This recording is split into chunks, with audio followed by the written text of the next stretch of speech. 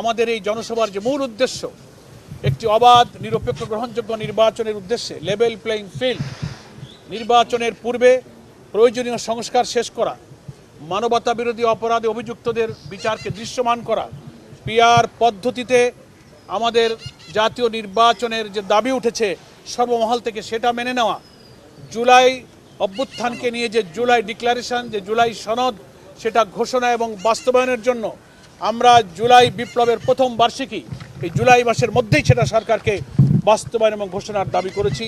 সেই দাবি এই ময়দানের জনসভা থেকে উত্থিত হবে। আমরা জাতীয় নির্বাচনের আগে স্থানীয় নির্বাচনের দাবি আমরা করেছি। আমরা আরও অনেক গণদাবিতে এই জনসভায় জাতীয় নেতৃবৃন্দ সে দাবি তুলে ধরবেন, সেই সুযোগ আমরা ইনশাআল্লাহ এখানে করে দেব।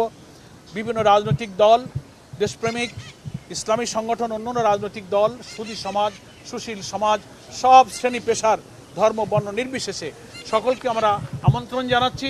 ইনশাআল্লাহ 19শে জুলাই আমরা এই ঐতিহাসিক জাতীয় সমাবেশে আগামী দিনে আমাদের জুলাই অভ্যুত্থানের গণ আকাঙ্ক্ষা ধারণ করে নির্বাচিত প্রতিনিধির কাছে ক্ষমতা হস্তান্তরের জন্য যে অবাধ নির্বাচন, সেই পরিবেশ যেন নিরপেক্ষভাবে হয়।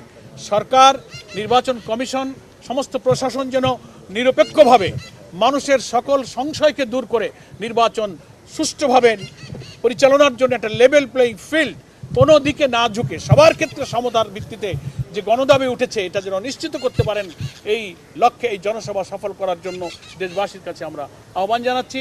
সরকারকেও এই জনসভা সফল করার জন্য তাদেরও প্রশাসনের সমস্ত বিভাগের, সরকারের সমস্ত পর্যায়ের যারা কর্তৃপক্ষ আছেন, পূর্ত মন্ত্রণালয়ে আছেন, স্বরাষ্ট্র মন্ত্রণালয়ে আছেন, বিভিন্ন মন্ত্রণালয়ের সাথে রিলেটেড যে সমস্ত কাজ, এই সোহরাওয়ার্দী উদ্যানের জনসভা বাস্তবায়নে আমাদের সহযোগিতা প্রয়োজন।